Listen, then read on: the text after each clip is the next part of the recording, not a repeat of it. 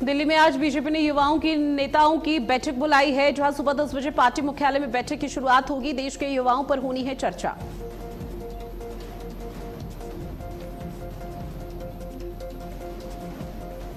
CM Yogi Adityanath का आज बलिया और देवरिया का दौरा, 80 विकास परियोजनाओं का लोकार्पण शिलान्यास करेंगे। सुरक्षा और यातायात व्यवस्था को लेकर प्रशासन अलर्ट मोड पर।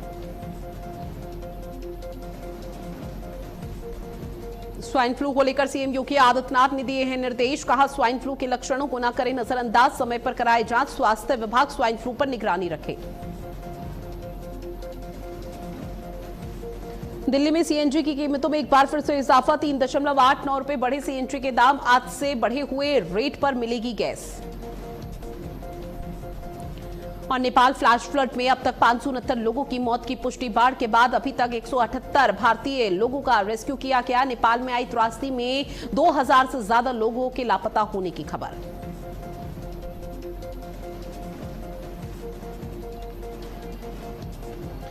और चलिए उत्तराखंड के इस खास बुलेटिन की शुरुआत करते हैं एक बड़ी खबर के साथ। सीएम पुष्कर सिंह धामी ने रक्षाबंधन की ढेरों शुभकामनाएं दी हैं। कल चूंकि पूरे देश भर में रक्षाबंधन का पावन त्योहार मनाया गया, जहां सीएम पुष्कर सिंह धामी की तरफ से कहा गया कि ये भाई बहन के प्रेम और सद्भाव विश्वास का त्योहार है। सभी प्रदेशवासियों को रक्षाबंधन की ढेरों शुभकामनाएं। तो सीएम पुष्कर सिंह धामी ने सोशल मीडिया प्लेटफॉर्म पर एक पोस्ट किया। पोस्ट के माध्यम से 28 अगस्त को मनाए हुए रक्षाबंधन को लेकर ढेरों शुभकामनाएं और बधाई दी है। साथ ही उन्होंने अपने पोस्ट में बाकायदा मेंशन किया कि जो ये त्योहार है, ये भाई और बहन के असीम और अटूट प्रेम और विश्वास सद्भाव का त्योहार है। और ऐसे में सीएम पुष्कर सिंह धामी ने इस पूरे प्रदेश वासियों को ढेरों शुभकामनाएं इस रक्षाबंधन के पावन पर्व की, इस त्योहार को लेकर देते हुए सीएम धामी नजर आए हैं। तो सीएम पुष्कर सिंह धामी ने रक्षाबंधन की ढेरों शुभकामनाएं दी हैं। और प्रदेश की महिलाओं के साथ सीएम पुष्कर सिंह धामी ने राखी भी इस दौरान बंधवाई थी। और भाई बहन का ये जो अटूट स्नेह और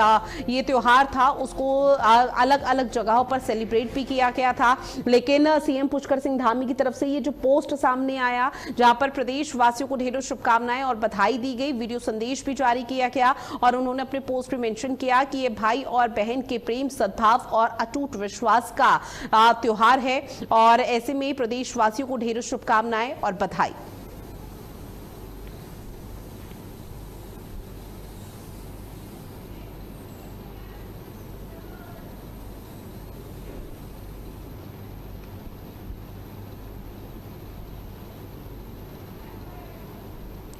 और देखिए पोस्ट आपकी टीवी स्क्रीन पर साझा कर रहे हैं, जहां सीएम पुष्कर सिंह धामी ने बकायदा अपने पोस्ट में मेंशन किया गया, समस्त प्रदेशवासियों को भाई बहन की अटूट प्रेम और विश्वास के पावन पर्व रक्षाबंधन की हार्दिक बधाई और शुभकामनाएं। हालांकि उन्होंने और भी कई महत्वपूर्ण बातों का जिक्र किया है, लेकिन इस बीच आपको बता दें कि प्रदेशवासियों को ढेरों शुभकामनाएं देते हुए सीएम पुष्कर सिंह धामी नजर आए।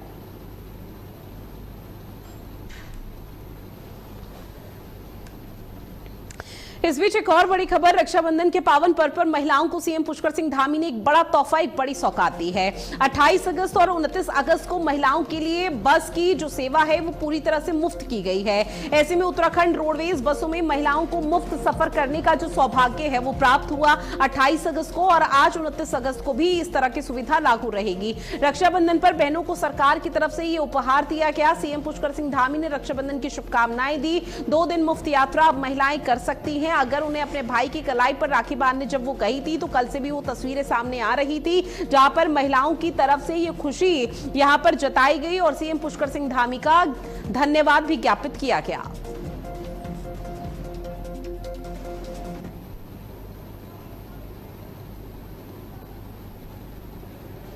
और आपसी समर्पण के प्रतीक पावन पर्व रक्षाबंधन की हार्दिक शुभकामनाएं। हमारी सरकार प्रदेश की माताओं बहनों के कल्याण, सम्मान और सशक्तिकरण के लिए निरंतर काम कर रही है।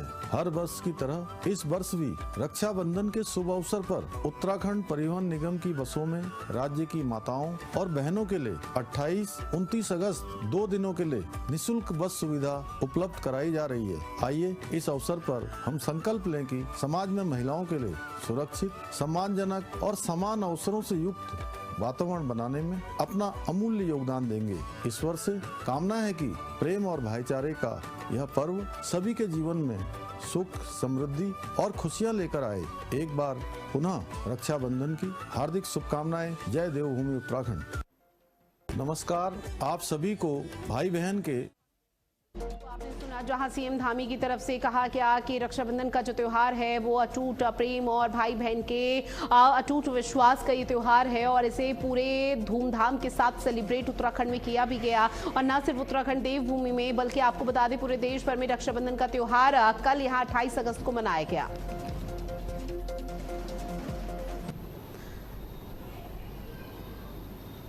अब बात करते हैं अगली खबर की, जहां देहरादून में बीजेपी महिला मोर्चा ने भी आपको बता दें कि प्रदेश के अलग अलग हिस्सों में यहां पर रक्षाबंधन का जो त्योहार था उसे सेलिब्रेट किया गया।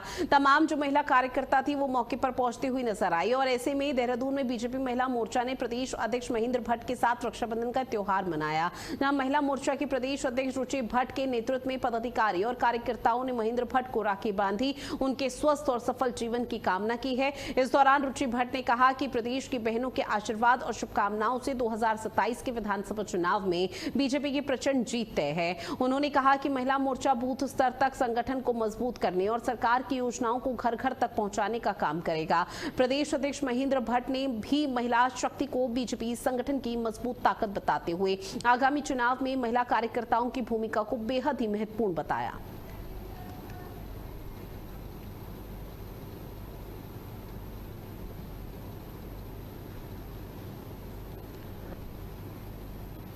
और ऐसे में रुचि भट्ट ने 2027 को लेकर हुंकार भरी है, जहां बीजेपी महिला मोर्चा ने रक्षाबंधन का त्योहार बीजेपी के प्रदेश अध्यक्ष महेंद्र भट्ट के साथ मनाया। महिला मोर्चा ने इस दौरान महेंद्र भट्ट को राखी बांधी है और प्रदेश वासियों को यहां पर ढेरों शुभकामनाएं रक्षाबंधन के इस पावन पर्व को लेकर दी है।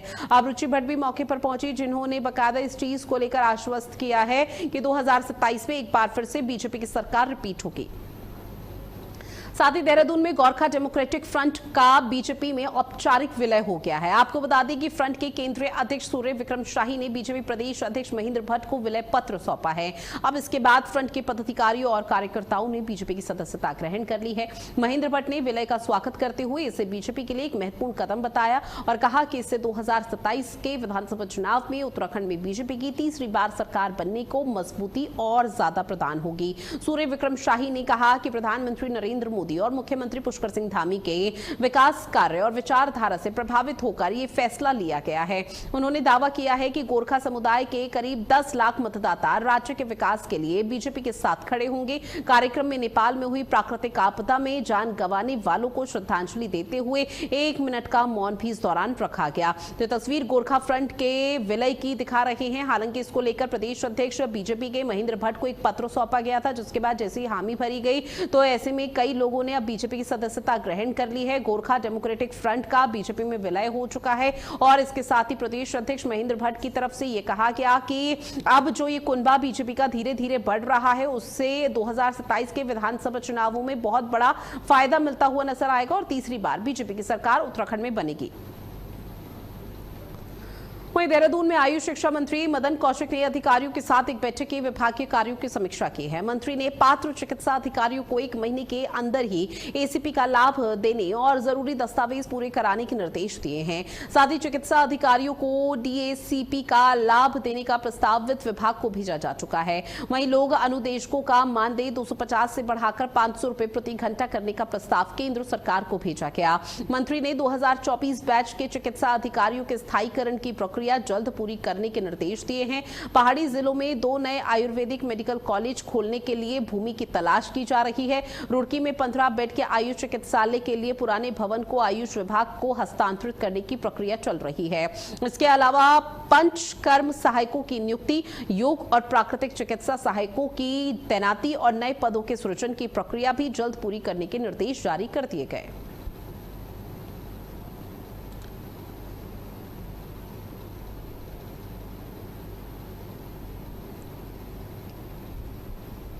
तो आयुष विभाग की बड़ी बैठक हुई। योग अनुदेशकों का मानदेय बढ़ाने का प्रस्ताव रखा गया। डीएसीपी का प्रस्ताव वित्त विभाग को भेज दिया गया है। आगे आने वाले समय के लिए भी रूपरेखा तैयार है। रुड़की में 15 बेड का आयुष अस्पताल भी अब बहुत जल्दी बनता हुआ नजर आएगा और इस बैठक के माध्यम से अधिकारी गणों को निर्देश भी जारी कर दिए गए हैं। साथ ही पौड़ी गढ़वाल के बुआखाल कंडोलिया टिका रोड पर पेड़ों के चिन्हांकन को लेकर सोशल मीडिया पर फैल रही पेड़ कटान की खबरों को लोक निर्माण विभाग ने फेक खबर बताया है, यानी कि भ्रामक खबर बताया। प्रांतीय खंड के अधिशासी अभियंता विवेक प्रसाद सेमवाल ने स्पष्ट किया है कि सड़क चौड़ीकरण की संभावनाओं को देखते हुए केवल पेड़ों का प्रारंभिक सर्वे किया गया था। फिलहाल पेड़ों को काटने की कोई भी कार्रवाई नहीं की जा रही है। उन्होंने लोगों से अपील की है कि तथ्य की पुष्टि किए बिना किसी भी सूचना को सोशल मीडिया पर प्रसारित ना करें, क्योंकि आपको बता दें कि पौड़ी गढ़वाल से कुछ खबरें ऐसी सोशल मीडिया पर वायरल हो रही थी जिसमें यह कहा जा रहा था कि पेड़ों के कटान किए जा रहे हैं। पर्यावरण को बचाने का जहां संदेश दिया जाता है वहां पर पर्यावरण के साथ ही बहुत बड़ा खिलवाड़ किया जा रहा है। लेकिन अब बुआखाल कंडोलिया रोड पर जो कटान हो रहा होने की बात कही जा रही थी वो सब भ्रामक खबरें हैं। सिर्फ पेड़ों का प्रारंभिक सर्वे हुआ है, किसी भी तरह से कोई कटान नहीं हुआ है। इस बात को लेकर बकायदा खुद यहाँ पर अधिकारी गणों की तरफ से जानकारी साझा की गई है और कहा गया कि जो पेड़ कटान की खबरें सोशल मीडिया पर वायरल हो रही है वो भ्रामक है और लोगों से भी अपील की गई है इस तरह की फेक न्यूज को आप सोशल मीडिया पर अपलोड ना करें, और अगर अपलोड करनी है तो उससे पहले आप उसकी पूरी तरह से फैक्ट चेक करें, जांच करें और उसी के बाद ही आगे सोशल मीडिया पर इस तरह की वीडियो अपलोड करें।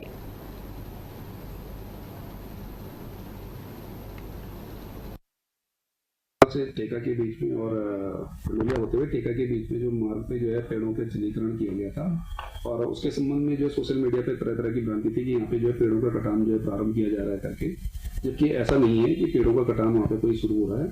वहाँ पे जस्ट एक फिजिबिलिटी स्टडी की जा रही थी कि अगर ये मार्ग चौड़ा किया जाता है तो इसमें कितने नंबर ऑफ ट्रीज आ रहे हैं, पेड़ कितने आएंगे करके, और क्या कोई मकान आ रहे हैं, कुछ आ रहे हैं, बिजली के पोल आ रहे हैं। उसका प्रीलिमिनरी स्टेज में जो है सर्वे चल रहा था एक किस्म से कि मतलब जो है कि क्या ये फिजिबल है कि नहीं है।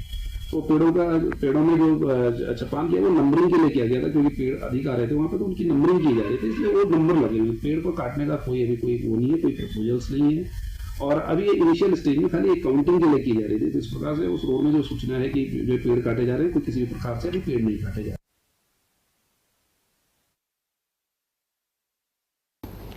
और देखिए, पेड़ कटान की खबरों को भ्रामक बताते हुए अधिकारीगण नजर आ रहे हैं। बुआखाल कंडोलिया रोड पर कटान नहीं हुआ है और लगातार लोगों से अपील की जा रही है कि जब तक उनके पास सही तथ्य के साथ जानकारी ना हो तब तक सोशल मीडिया पर फेक न्यूज या फिर भ्रामक खबरें ना फैलाई जाए। अब ऐसे में पेड़ कटान की अफवाह लगातार सोशल मीडिया पर कुछ वीडियोज वायरल हो रहे थे जिसका लेकर कहा जा रहा था कि पौड़ी गढ़वाल के बुआखाल कंडोलिया रोड की है जहां पर पेड़ों को काटा जा रहा है। अब अधिकारियों की तरफ से ये कहा गया है कि पेड़ों के कटान नहीं हुआ बल्कि सर्वे किया गया है। साथ ही बात करते हैं अब अगली खबर की, जो कि रुद्रपुर में ईद मिलाद उन्नबी के जुलूस के दौरान किए गए कथित बयान को लेकर एक विवाद खड़ा हो चुका है। त्रिशूल चौक के पास जुलूस को संबोधित करते हुए एक मुस्लिम वक्ता के बयान का वीडियो सोशल मीडिया पर तेजी से वायरल हो रहा है। वीडियो में वक्ता द्वारा मदरसों को बंद किए जाने और ईदगाह की जमीन से जुड़ी हुई बातें कही गई। बयान सामने आने के बाद मामले ने तूल पकड़ लिया। वायरल वीडियो पुलिस के संज्ञान में भी आया, जहां सीओ वैभव सैनी ने बताया कि वीडियो की जांच की जा रही है। उन्होंने कहा कि जांच में सामने आने वाले तथ्यों के आधार पर ही आगे की कार्रवाई की जाएगी। फिलहाल पुलिस वायरल वीडियो की सत्यता और बयान के संदर्भ में पूरे घटनाक्रम की जांच में जुटी हुई है।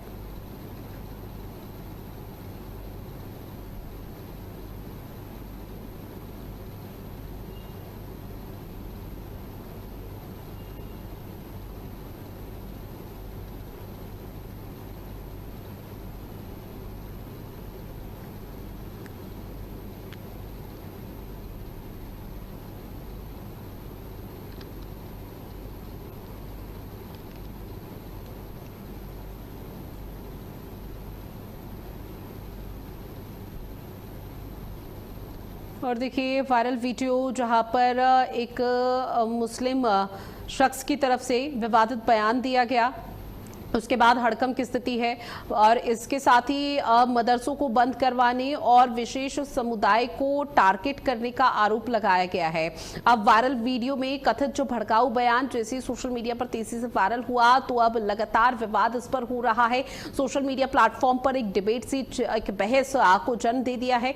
जुलूस के दौरान ये विवाद जो बयान है वो सामने आया। अब ऐसे में अधिकारी गणों की तरफ से कहा जा रहा है कि फिलहाल इस वायरल वीडियो की, ऑडियो की यहां पर जानकारी जुटाई जा रही है, किसका है, किस इलाके से सामने आया, जहां पर ये त्रिशूल इलाका चौराहा बताया जा रहा है, लेकिन अभी फिलहाल इस पूरे मामले पर कैसे कार्रवाई होती है या फिर जिस शख्स की तरफ से इस तरह का विवादित बयान दिया गया उसको लेकर उसका स्टेटमेंट आगे क्या रहता है, इस पर अभी नजरें फिलहाल टिकी हुई हैं।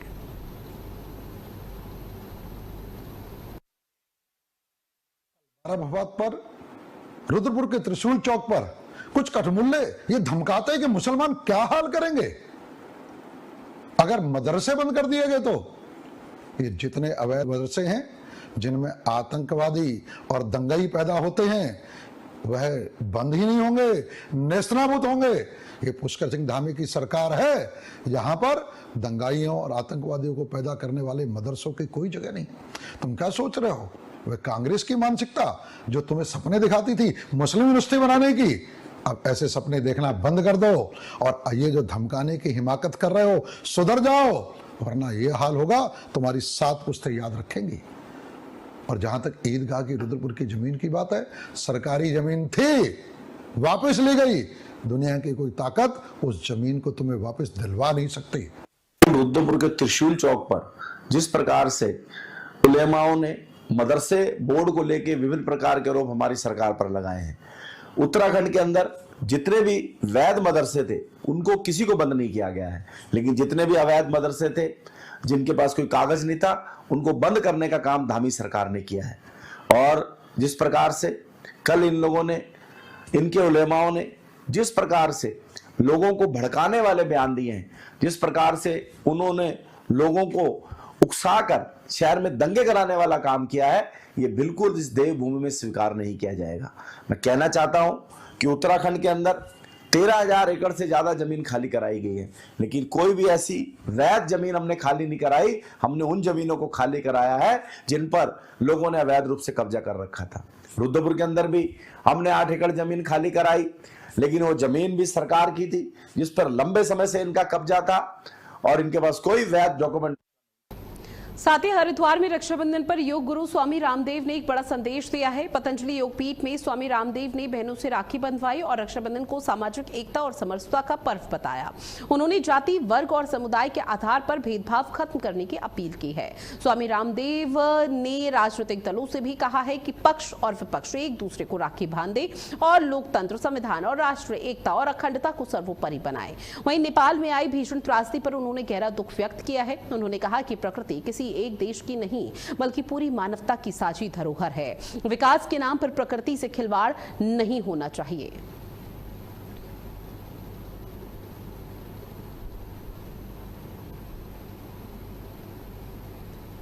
तो देखिए, योग गुरु रामदेव ने मीडिया से रूबरू होते हुए कई तमाम मुद्दों को लेकर अपनी बात रखी है। इसके साथ ही नेपाल त्रासदी का भी उन्होंने जिक्र किया है और उन्होंने कहा कि जब प्रकृति के साथ खिलवाड़ होता है तो प्रकृति के साथ जब विनाशकारी माहौल सामने आता है तो किसी एक देश की नहीं रहती बल्कि पूरे विश्व भर की और मानवता की धरोहर रहती है। इसके साथ ही उन्होंने कहा कि पक्ष और विपक्ष को आज आमने सामने होना चाहिए और एक दूसरे को राखी बांधनी चाहिए। एक दूसरे को राखी बांधकर बाकायदा लोकतंत्र को मजबूत और संविधान को मजबूत करने का संदेश यहाँ पर देना चाहिए।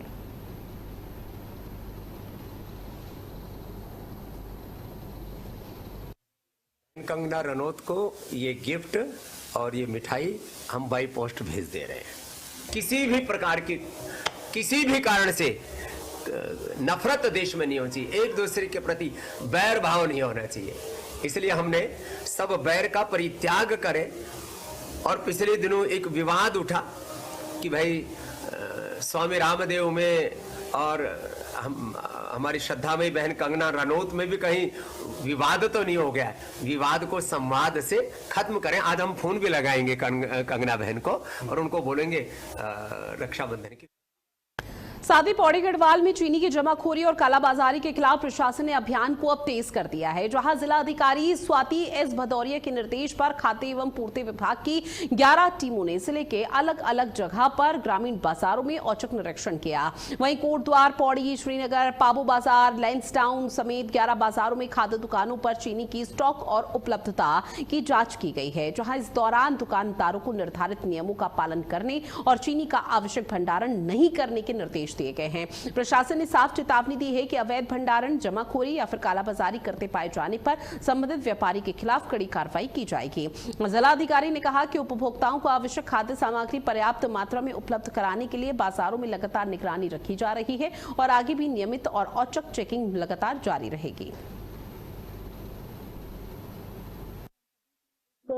लोगों ने जो हमारे डिस्ट्रिक्ट सप्लाई ऑफिसर के डिपार्टमेंट की और जो हमारे पूर्ति निरीक्षक हैं उन सभी की एक अलग अलग टीम बनाई गई है अलग अलग एरियाज में, जिनके द्वारा लगातार ये छापेमारी की कार्रवाई भी की जा रही है कि कोई होर्डिंग ना करे, ब्लैक मार्केटिंग ना होने पाए।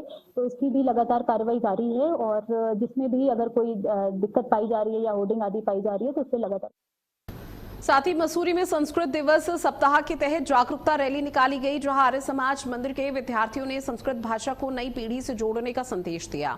रैली का शुभारंभ नगर पालिका अध्यक्ष मीरा सकलानी ने किया है, जहां घंटाघर से शुरू हुई रैली सनातन धर्म मंदिर होते हुए लाइब्रेरी चौक पहुंची। विद्यार्थी हाथों में संस्कृत सूक्तियां और श्लोक और प्रेरणादायी संदेशों वाली तख्तियां लेकर चल रहे थे और संस्कृत के प्रचार प्रसार को लेकर नारे लगाए गए। संस्कृत महाविद्यालय के प्राचार्य मीनाक्षी चौहान ने कहा कि संस्कृत को केवल धार्मिक या फिर प्राचीन भाषा तक सीमित नहीं किया जाना चाहिए, बल्कि ये भारतीय संस्कृति, दर्शन और ज्ञान विज्ञान की महत्वपूर्ण आधार भाषा है।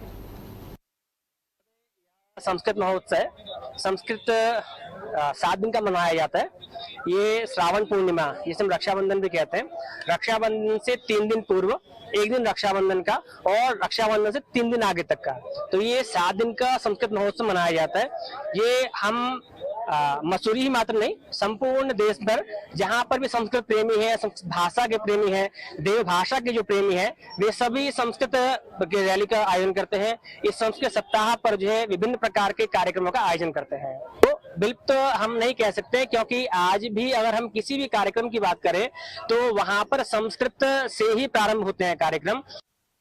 सर, ये प्रत्येक वर्ष हम 1 हफ्ते के लिए जो है हमारा संस्कृत सप्ताह मनाया जाता है, जो रक्षाबंधन से 3 दिन पहले और 3 दिन बाद तक होता है। पूरे उत्तराखंड में सभी संस्कृत विद्यालय से धूमधाम से मनाते हैं प्रत्येक वर्ष। तो ये इसीलिए मनाया जा रहा है ताकि जो हमारी संस्कृत भाषा विलुप्त होती जा रही है वो जो है जन जन तक पहुंच सके, उसके लिए हम प्रचार प्रसार करते हैं। और 1951 से हमारा विद्यालय चल रहा है, 75 वर्ष इसको पूर्ण भी हो चुके हैं। हम लोग, कुछ बच्चे हमसे पढ़ने भी आते हैं, कुछ अध्यापकों से ऑनलाइन भी पढ़ रहे हैं और कुछ को हम लोग स्कूलों में भी टीच करने जा रहे हैं। बाकी हमारे स्कूल में भी बच्चे पढ़ रहे हैं और हमने अभी जो सरकार की तरफ से एक ग्राम या मोहल्ला गोद लेने की बात थी, तो हमने अभी इसमें वार्ड नंबर 3 जो हमारे विद्यालय के निकट है वो हमने गोद ले रखा है। उसमें हम आसपास के बच्चों को जो अलग अलग कम्युनिटी के हैं उनको हम संस्कृत। साथ ही हरिद्वार पुलिस ने साइबर क्राइम के खिलाफ एक बड़ी कार्रवाई को अंजाम देते हुए नालंदा और नवादा से जुड़े कथित मगध साइबर गैंग का खुलासा किया है। श्यामपुर कोतवाली पुलिस ने संदिग्ध स्विफ्ट कार की ट्रैकिंग के दौरान 5 आरोपियों को गिरफ्तार किया। आरोपियों के कब्जे से 35 एटीएम और डेबिट कार्ड और 14 bank passbook, 17 SIM card, 18 mobile phone, 2 laptop और 37,500 रुपए नकदी बरामद हुई। बरामद बैंकिंग दस्तावेज और डिजिटल उपकरणों की शुरुआती जांच में अलग अलग खातों के जरिए आपको बता दें कि 2 करोड़ 75 लाख रुपए से अधिक के संदिग्ध डिजिटल लेन देन के सुराग मिलने का दावा है। पुलिस के अनुसार मोबाइल फोन में व्हाट्सएप चैट, QR कोड और बैंक खातों और लेन देन से जुड़ी हुई कई जानकारियां सामने आई हैं और उसी के आधार पर जांच के दायरे को आगे बढ़ा दिया गया है।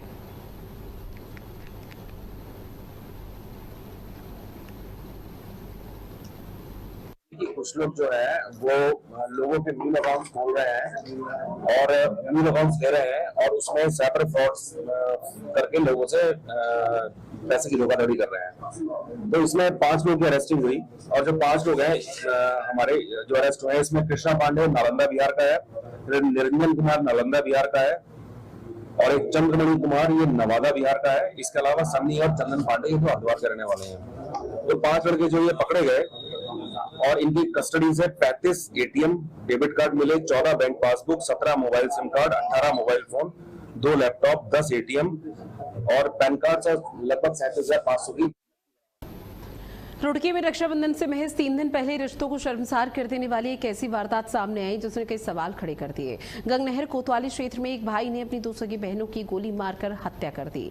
गणेशपुर और आजाद नगर में हुई अलग अलग घटनाओं में दोनों बहनों की मौके पर ही दर्दनाक मौत हो गई है। एक बहन का पति भी गोली लगने से घायल हुआ है, जहां वारदात के बाद आरोपी भाई फरार बताया जा रहा है। सूचना पर पुलिस के आला अधिकारी मौके पर पहुंचे। एसपी देहात शेखर चंद्र सोयाल के मुताबिक प्रारंभिक जानकारी में भाई की तरफ से दोनों बहनों को गोली मारने की बात कबूल की गई और आरोपी की तलाश फिलहाल की जा रही है। तो देखिए, रक्षाबंधन का त्योहार कल देश भर में मनाया गया, लेकिन उससे पहले ही यहां पर भाई बहन के रिश्ते को कलंकित कर देने वाली खबर सामने आई, जहां एक भाई ने अपनी 2 बहनों को मौत के घाट उतार दिया। ये अभी करीब 20 मिनट पहले की बात है। एक सूचना मिली कि किसी भाई ने, इसका नाम विक्की है, अपनी सगी बहन को शूट किया है। अब क्योंकि स्पॉट पे एक डेड बॉडी पड़ी है जिनका नाम पुष्पा है, और दूसरी बहन का भी अभी स्पष्ट कारण तय नहीं है कि क्यों और कैसे। एक कोई घायल है, उनसे हम वार्ता कर रहे हैं, उसके बाद चीजें क्लियर होंगी। हाँ, वो दोनों की मैं बात बता रहा हूँ। दोनों बहनें, सगी बहनें और सगी भाई ने इंसिडेंट। और चलिए, बुलेटिन में इतना ही। आप बने रहिएगा भारत अपडेट के साथ। नमस्कार।